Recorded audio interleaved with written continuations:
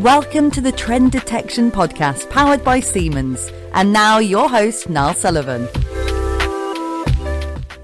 Hello, and welcome to this special series of Trend Detection, where we're going to focus on some of Senseye Predictive Maintenance's key industries and really dive into some of the challenges there and how Senseye Predictive Maintenance can help solve them. So I'm joined today by my colleague, Alex Hill, who is the Global Head of Business Development for Senseye Predictive Maintenance. Thanks for joining us, Alex. Thank you, Niall. And so, let's get started. So our first focus will be the automotive industry, which I know is one that's very sort of special to our heart, really. So what I wanted to start with really is what are the key challenges in the automotive industry that manufacturers are facing today? I mean, there's a lot going on, a lot of global factors I'm sure we can dive into. So that's a really good place to start, I think. So automotive is quite interesting because they have very highly serialized production. And what that means is if one part of that factory goes down, then you have a very high probability of something else in that factory being impacted. And most auto manufacturers will look at downtime as their one of their biggest costs. So when is the factory not producing when it really should be? There's a cost element to that, whether you look at it in terms of labor or potentially lost product, because if you're operating at capacity and you're not producing, you can never make up that time. Doesn't matter what you do, that's product that you could have sold that now isn't. That was all true, and the focus on downtime was all true for years, really, until the coronavirus pandemic. And then suddenly there wasn't demand. Suddenly these factories are not operating at capacity anymore. So it became more about how can we actually run our maintenance operations more efficiently. So downtime is good, but now how can we save in terms of reducing the maintenance spend, reducing the spare parts used, reducing the amount of labor hours used on things, and add that all up. You actually get into this difference between cost avoidance, which is downtime avoidance, and cost savings, which is labor saved, spare parts saved. There are some sustainability metrics as well, things like if you can extend the lifetime of these machines. So capital asset extension, that's really interesting from a financial point of view. So in summary, it used to be a really simple argument of reduce downtime, that's easy. But if you're not producing at capacity, great. There are other savings, other labor savings and effort savings and spare parts and inventory savings that you can make. But I guess when we're talking to automotive, does the conversation usually get steered towards downtime and uptime? First of all, is it something that we have to sort of, educate, I guess, a little bit on what predictive maintenance can do? Is it a case of that, or are they already aware of those other challenges that predictive maintenance can solve? I think the large auto manufacturers are so optimized at mass producing a product in a really smart, integrated way, where some of the large factories are pumping out one vehicle every 30 seconds or so. That's phenomenal. And to do that, they have to be so optimized and so aware of the metrics that matter to their business. So downtime is one of those core factors. They're always aware of it. It may or may not be a problem in that particular area, though. And that's where we have to get into a discussion and say, look, is it actually a problem? Do we need to focus on something else? Or have you gone beyond purely looking at downtime and now you're wanting to look into cost savings? And that's a more advanced conversation. Typically, we start with downtime because it's very easy to measure, very easy to get some very impressive headline figures. The problem with cost avoidance is you can't spend it. You'll get an accountant coming along saying, hey, there's 20 million that you've saved. That's fantastic. Can I spend it? No, because it's money that you never budgeted. Whereas a cost saving that's money that you had budgeted for labor or spare parts or some other form of service that you no longer need to do, and you can spend it on something else. So typically we start with, let's focus on downtime, let's focus on the easy metrics, and now that you're more advanced, now that you're collecting this, now that you understand what we're doing with predictive maintenance, we're going to use it to optimize things. And are these issues looked at generally on a plant-by-plant basis, or is it a global view? I know it can vary, but is it? I think ideally it would be global, but what we see is, even though these organizations might be global, each country runs fairly independently, although they might take direction from a global function. And then it gets to the level where each shop might even be independent. They might use different equipment, different processes. And there's a lot of work now being done to unify that, particularly as we talk about digital acceleration and transformation and the benefits that people can very clearly see of starting to homogenize their fleet of equipment and services and software. But the overall view of, okay, we've saved X amount globally is not looked at so much, because it's actually the shop managers who are then having the specific pressure to optimize their operations or spend less on something. People always want to spend less on maintenance. And so how can we help them do that at a personal and a shop level? And then, of course, they're interested in floating those numbers up to the global level. But the initiative and the buy-in has to come from that shop level. And it's also, I mean, one thing that Senseye, I mean, having a global approach means you can share learnings from each plant as well. Is that something that you see within our automotive customers? We do see it a lot, and one of our largest automotive customers, they say that actually Senseye Predictive Maintenance is their first global manufacturing operations tool. So from a shared learning point of view, it's fantastic for that. So they can see, okay, well, how is the factory in the UK operating and doing this and collecting this data, and what kinds of wins have they had compared to one of the factories in North America? And you start to get these conversations going between people who would have probably never crossed paths, but now they have a common platform around which to discuss these things that can help them be more efficient at their jobs and have a win for the overall organization. And I guess with what you've been saying, we've been covering some of the challenges predictive maintenance solve, but maybe we should go through them sort of one by one in the automotive industry. I guess maybe we could start with, so what is Senseye Predictive Maintenance? Maybe let's start from the scratch. Can we I presume that everyone knows who are we and what we do. So maybe we start from there, and then we look at where it's having the biggest impact in terms of in the automotive industry. Yeah, that's a good idea. So Senseye Predictive Maintenance was founded about 8 years ago, trying to leverage this whole movement in IoT. And as the founders, we bought into this argument that there's data everywhere and everything's wonderful and everything's connected. And we thought, okay, there's a really good opportunity here to take industrial data and automate the analysis of it using AI and machine learning, and really help condition monitoring engineers or maintenance professionals to scale what they're able to do. So we don't want to replace them at all. You need people to go and fix machines. But we came at it from the angle that people spend a lot of time doing things that they don't really need to do. It's expensive, it's frustrating, it's time consuming. So if we can narrow down where they need to be paying attention, then we can allow people to be orders of magnitude more efficient and effective at their roles. And so 8 short years, we've done that, and then we've become part of Siemens, which is fantastic.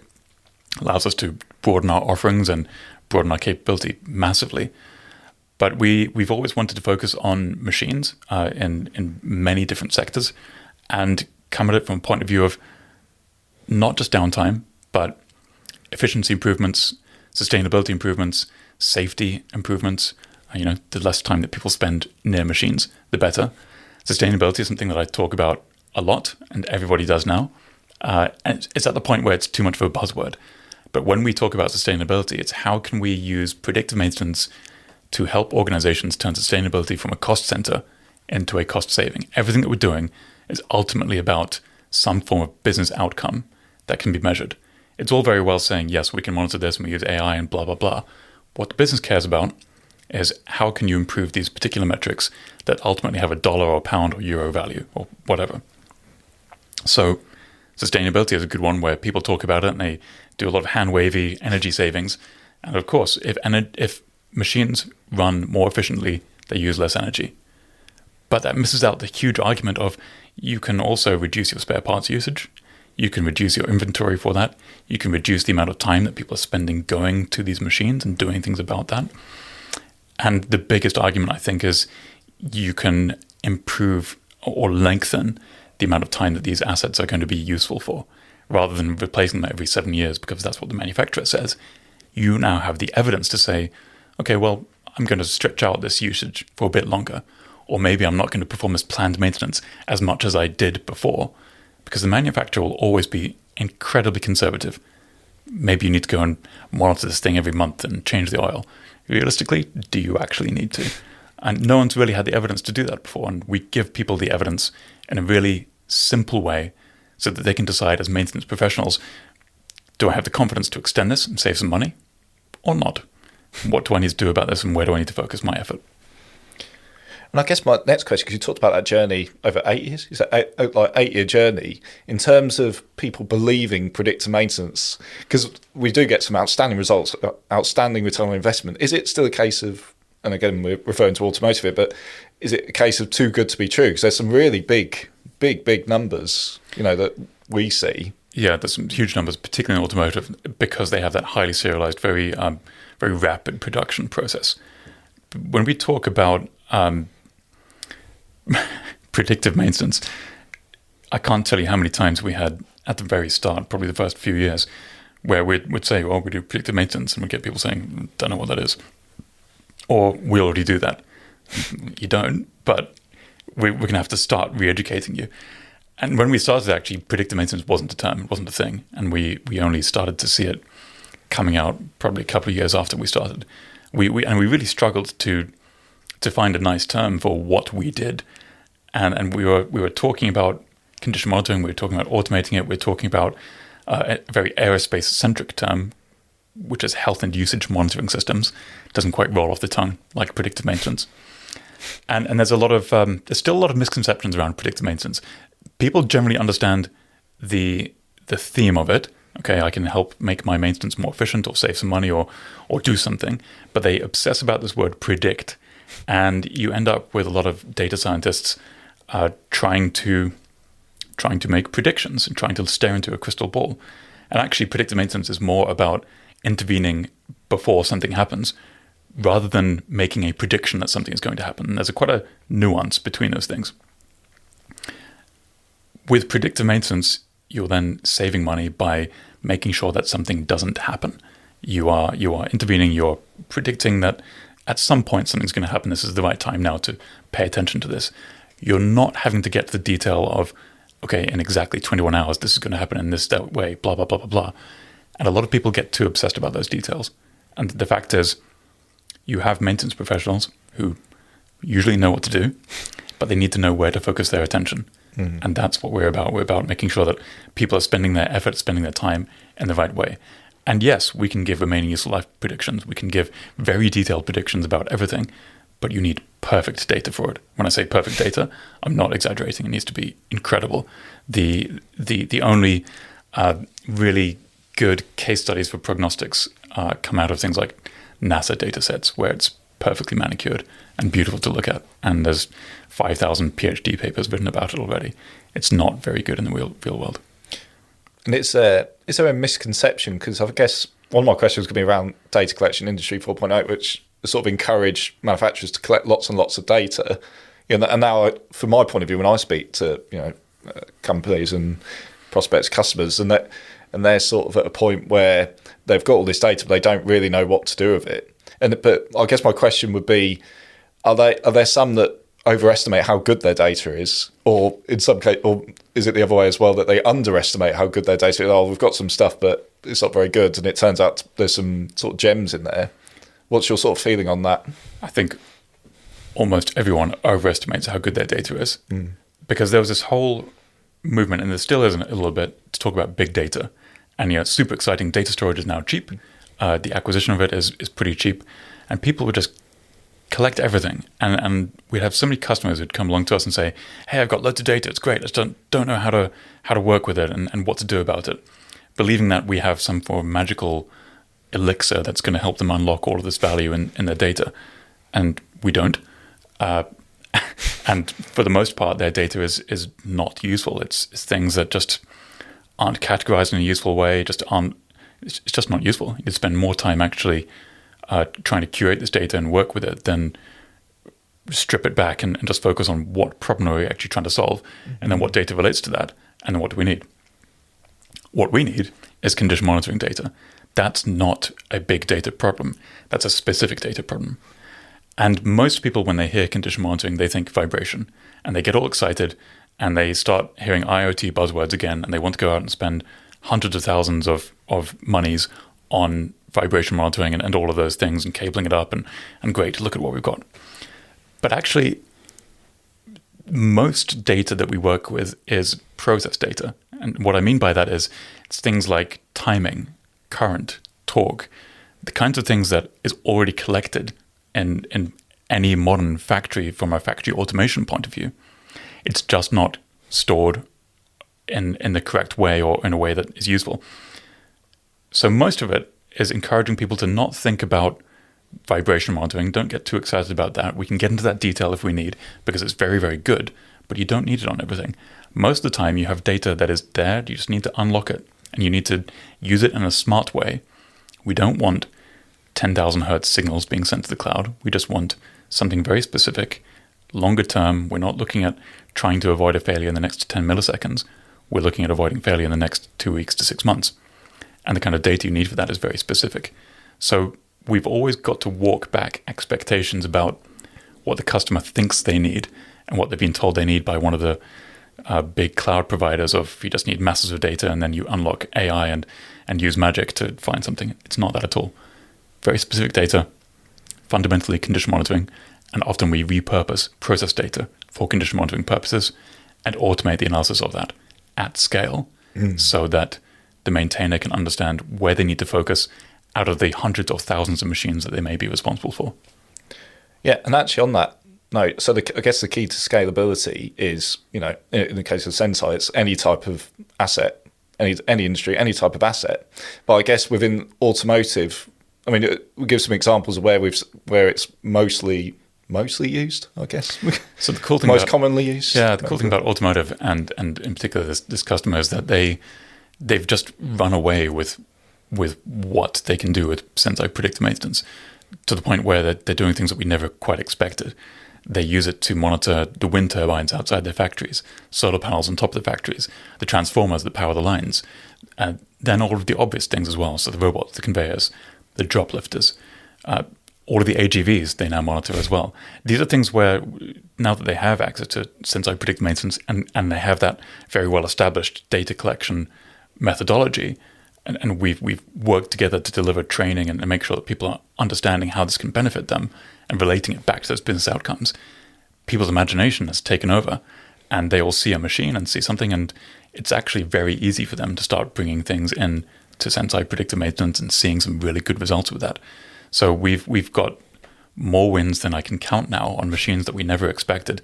Everything from a tiny motor that wouldn't be worth producing a manual model for at all.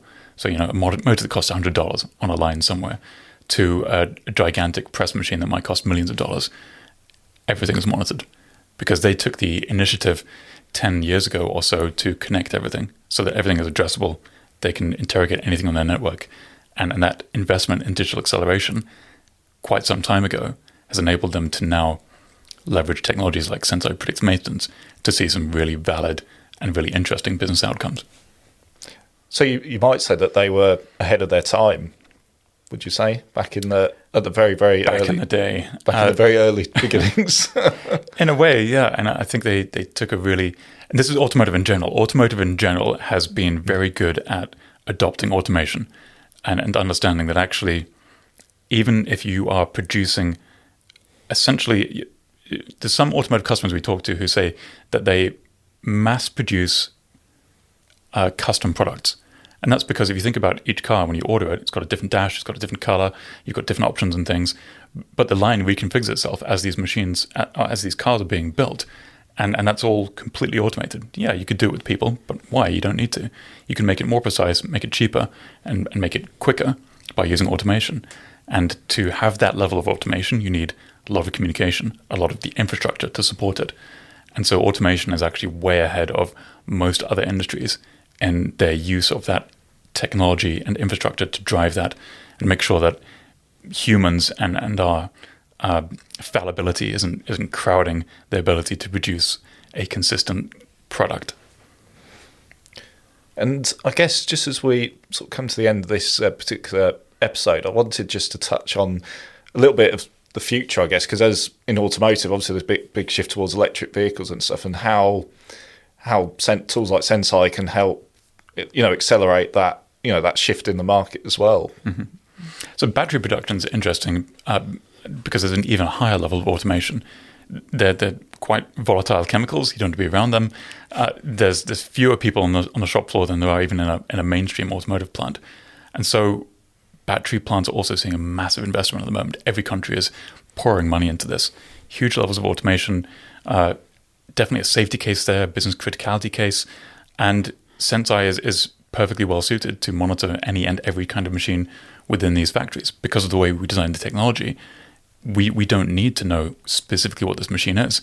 We need to know what the data is. And if the data is suitable condition monitoring data, then Senseye Predictive Maintenance will automatically create and maintain that model and work with that. So the beauty is that no matter what kind of battery technology is ultimately used or how things are produced or what kind of new innovations come in, we can work with that. And we can support that customer in making sure that this technology that is still quite immature in terms of optimization compared to producing a petrol engine or combustible engine, that can be optimized and we can get efficiency there and start to see some really good payback as soon as possible. Yeah, and of course, as demand increases for that, I'm going to flub that one. No, as demand increases for electric vehicle, I guess it becomes even more important they're investing in these type of technologies to keep the machines running efficiently, plants continuously running, and just keeping things up and running. I fluffed that. Start getting up. I don't even know what point I was trying to say. It's one of those things. Making machines run is good. Yeah, exactly. Yeah. So as the demand for electric vehicles, and batteries associated with them become more prevalent, I guess it's even more important that the plants are kept up and running and machines are running more efficiently, I guess, as well. I think we're seeing a shift as well, where when we're producing electric vehicles and whole kinds of new technologies, there's an opportunity to produce entirely new greenfield sites that are less reliant on humans, have more of this digital infrastructure baked into them.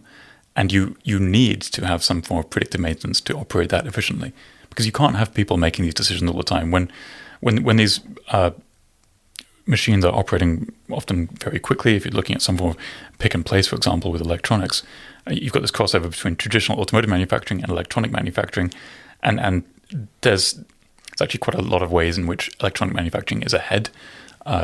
Very high speed, very clean environments. This marriage of these different technologies is fascinating to see, but you need automated monitoring and control and intelligence behind that to get the level of output that we want to be seeing as these industries shift. No, so thank you, Alex, for joining us for our latest episode.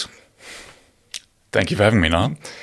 And we'll look forward to the next one, which is all around the food and beverage industry. So please remember to subscribe in all your favourite channels, and we'll see you on the next episode.